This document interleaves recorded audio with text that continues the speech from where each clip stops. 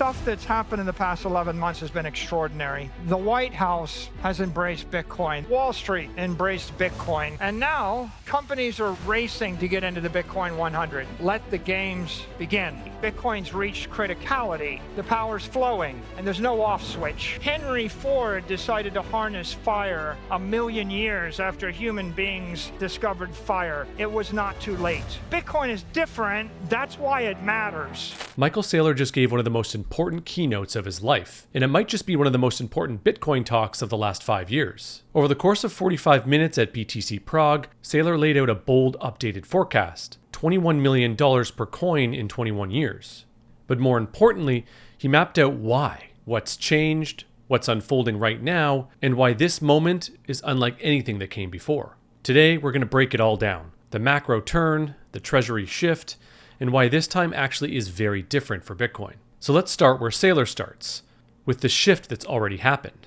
Because before we can see where Bitcoin is going, we need to understand how much has changed just over the last year. Stuff that's happened in the past 11 months has been extraordinary. The White House has embraced Bitcoin. This is an extraordinary development. We didn't anticipate this. We hoped that we would get a favorable administration, and we hope we get support, and we had this inkling, but November 5th brought a sea change in politics. And although we thought we might have a pro-Bitcoin president, we didn't think we'd get a strategic Bitcoin reserve. We didn't think that the president would say, America will be the Bitcoin superpower of the world. This is an amazing development. The new administration, every one of these cabinet members flipped from 12 months earlier, where there would have been no one that would have been as bullish on Bitcoin as what we saw here. Wall Street embraced Bitcoin, $150 billion of capital, 1.4 million Bitcoin. This entire dynamic started in January of last year, but it accelerated after July. Public companies. My company was the first public company to adopt Bitcoin. People thought we were crazy. I thought we were late. But what happened next is the second company, the third, then 130. Then companies like Trump Media and GameStop in 21. And now companies are racing to get into the Bitcoin 100. Used to be, we thought, oh, it'd be great. There's 10 Bitcoin companies and 20. Now there's 100. Now there's more than 100. Now we're all going to compete to move up the leaderboard. Let the games begin. Bitcoin wasn't an institutional asset. It wasn't cool on Wall Street. People thought it might be toxic. Now I have a whole set of equity analysts that write research and publish their research to investors, and they put a price target on Bitcoin. So now you have the entire equity capital markets embracing the asset class, writing about it, opining on it.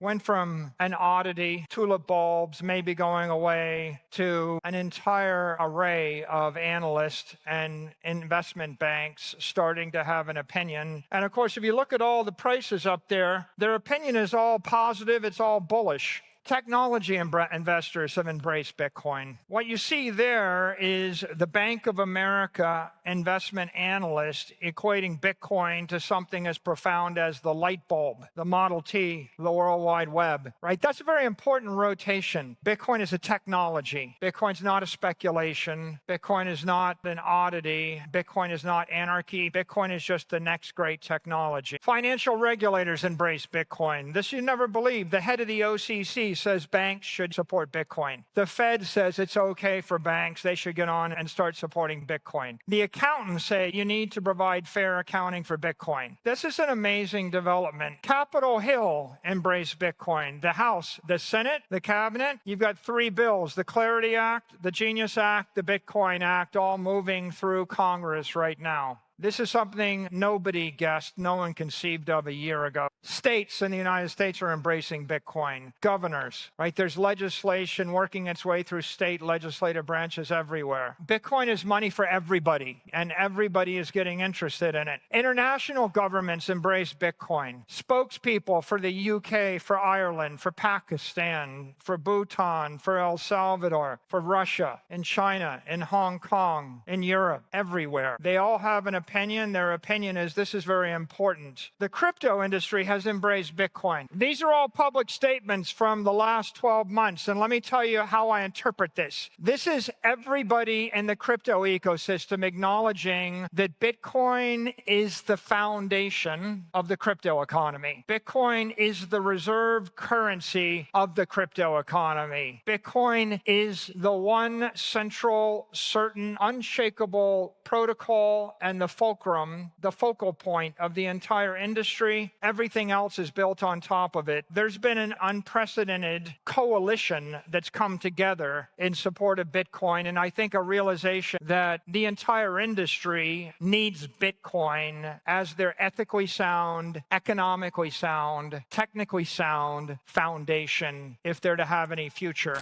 It really is staggering how much has changed for Bitcoin just over the last 11 months. This isn't some distant idea anymore. The thesis is playing out in real time, and the game theory just keeps accelerating. Every single week, we are seeing multiple new Bitcoin treasury company announcements. It's almost getting absurd at this point. Meanwhile, Texas just passed a bill to start a Bitcoin reserve. Governor Abbott signed the legislation this week, and the state is preparing for an initial $10 million buy-in. Oh, and the head of the U.S. Federal Housing Finance Agency is having a back and forth with Michael Saylor himself on X about integrating Bitcoin into mortgage models. Yes, that's a government official hinting that Bitcoin could be standardized as collateral for the largest lending market on the planet. Add it all up, and we're witnessing the system recapitalize on Bitcoin in real time. Every single week, it seems Bitcoin gets stronger. And every single week, I'm flabbergasted how few people are paying attention. Most people still seem to think Bitcoin is just another trade, a bubble, a bet. And as Saylor makes clear in this next clip, that just means the opportunity in front of you is bigger than you could ever imagine. We are now at an inflection point. We have all the information to know Bitcoin is winning, and yet the majority, 99.8% of the capital in the world, still pretends and acts like it isn't. Most is still oblivious. You know something the rest of the world has not yet acknowledged, and yet it couldn't be clearer to all of us in this room. There's a monetary revolution afoot, a revolution in economic thinking. It's spreading everywhere in the world. It's fueled by the digital transformation of the capital markets that you see manifested in all of these companies and all of these securities and all of this Bitcoin activity. And it's going to be accelerated by explosive financial innovation. That innovation is surging now. You can see it everywhere around us. Every single company is thinking, how do I integrate? What am I going to do? So the revolution is afoot. The world is bullish on Bitcoin. It's being adopted faster and more aggressively by governments, by banks, by corporations, by investors than nearly all of us thought a year ago. So, of course, you're bullish. I'm bullish. But the point is the governor of Texas is bullish. The point is the president of the United States is bullish. The point is people you don't know in places you've never been are bullish. This is extraordinary. Inflection point, ignition point, escape velocity. When a nuclear reactor comes online, when the chain reaction starts up, we call that criticality. Bitcoin's reached criticality. The network has come to life. The work's done, the power's flowing, and there's no off switch. Satoshi's fire is now unstoppable.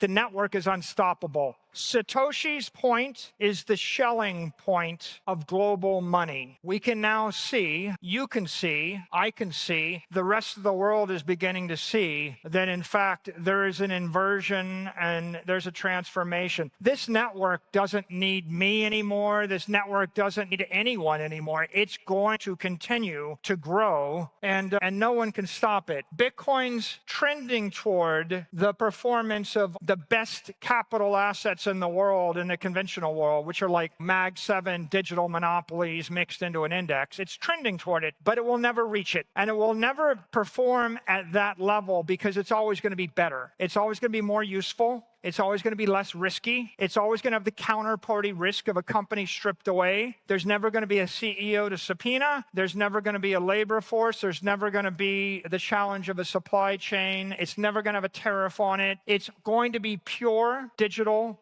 energy, pure economic energy. By then, it will be moving at the speed of light on layer 2s, on layer 3s. It'll be moving 10 million times a second. It'll be trading between billions and billions of nodes and billions of other nodes. There's going to be nothing else to compete with it. It will be the most valuable thing, performing the best. You're not going to want to sell it in 21 years. You're just going to wish that you had acquired more of it. That clip reframes everything. Saylor doesn't just see a bull market, he sees criticality, the moment a network comes to life and can't be turned off. Bitcoin is reaching escape velocity. It's outperforming traditional assets. It's spreading across balance sheets, across governments, and across borders. And unlike equities or gold or real estate, it doesn't need a CEO, there's no supply chain to break, no debt ceiling to raise, no button to push. It's just pure economic energy, moving at the speed of light. So the only real question left is, what are you doing about it? If you're watching this and you know it's time to get serious, not just buy some Bitcoin, but build with it, Swan Private is where you start. The Swan Private team works with high net worth individuals, family offices, and businesses to craft intentional Bitcoin strategies built for the long haul. We're talking deep planning from inheritance and tax structuring to cold storage and multi-generational frameworks. You'll get concierge onboarding, direct access to real Bitcoin experts, and guidance that cuts through the noise. If you're ready to think in decades, head to swan.com/private and start your intentional Bitcoin journey today. Even after everything we've covered, the political pivot, the explosion in treasury demand, and the structural advantage Bitcoin now holds, most people still don't get it. They're measuring it like a stock, or comparing it to gold, or calling it a bubble. Again, but what they're missing is Bitcoin isn't here to fit inside the system. It's here to replace what's broken. In this final clip, Saylor explains exactly why this moment isn't just a repeat of the past, and why Bitcoin is unlike anything that came before it. Henry Ford decided to harness fire 1,000,000 years after human beings discovered fire. It was not too late. It's not too late to use the wheel. It's not too late to master explosives. If you need a gun and someone invented a gun 500 years ago, you're not going to say, I guess it's too late for me. Or how about English? Someone learned English before you. It's too late. It's an old language. It's not that useful anymore. Or to fly. I'm not the first person to fly. There's another company in my town. They installed electricity. It's too late for my company. After all, someone else installed electricity first. I don't really need electricity. It's too late. Or the mobile phone. Too late to use a computer, too late to get on the internet, too late to go to space. It's too late to buy a Bitcoin. Here's what they're missing. Bitcoin's technology is not a speculation. It's the ignorant speculators that think it's too late because they don't understand that it's digital energy, it's digital technology. It's never too late to master technology. And I would leave you with the thought, it's never too late to do the right thing. It's very simple. Second big objection. Oh, it's a Ponzi scheme. It's tulip bulbs, blah, blah, blah. It seems too good to be true. The four most dangerous words in finance. This time it's different. John Templeton. Sir John Templeton is not on the walls of MIT's great court. They have Newton and Madame Curie and Einstein and Galileo, but they did not put his name up there because he's not a scientist or an engineer. And the point is, this is different. Fire is different. Water is different. Wind is different. These things, guns, germs, when the Spaniards show up in the New World and 90% of the Native American Indians die because of the germs, it was different, right? These things are not the same. John D. Rockefeller noticed oil was different. If you're actually basing your strategy on a technology or a paradigm shift, then in fact it is different. And the point here, Bitcoin is different. That's why it matters. This time is different. It's a phrase people throw around too casually, and usually it's not true. But when something fundamentally changes how the world works, you can't ignore it just because it feels familiar. Fire was different, electricity was different, the internet was different, and now Bitcoin is different. Not just because it's new, but because it's better. A monetary system that's open, permissionless, and engineered to last. The skeptics will keep laughing until they're not. And by then, the rest of us will already be living on a new monetary foundation. And if you want to meet the people building that future in policy, in finance, and in infrastructure, then join us at BTC in DC this September. This is not just another conference. It's where Bitcoin meets the real world, lawmakers, asset managers, tech builders, and sovereign adoption leaders, all in one place. Go to btcndc.com and use promo code SWAN for 10% off your tickets. And finally, a quick shout out to Mara, the world's largest publicly traded Bitcoin miner, for supporting this show and for helping make Bitcoin the world's most decentralized and secure monetary network. So what do you think? Is Bitcoin finally hitting escape velocity? Are we already past the tipping point without even realizing it? And what do you think about Saylor's new forecast of $21 million per coin in 21 years? Let us know in the comments below, like this video, share it with someone who still doesn't get it, and don't forget to subscribe to the channel for more Signal every single week. Stay humble, keep stacking, and remember, TikTok next block.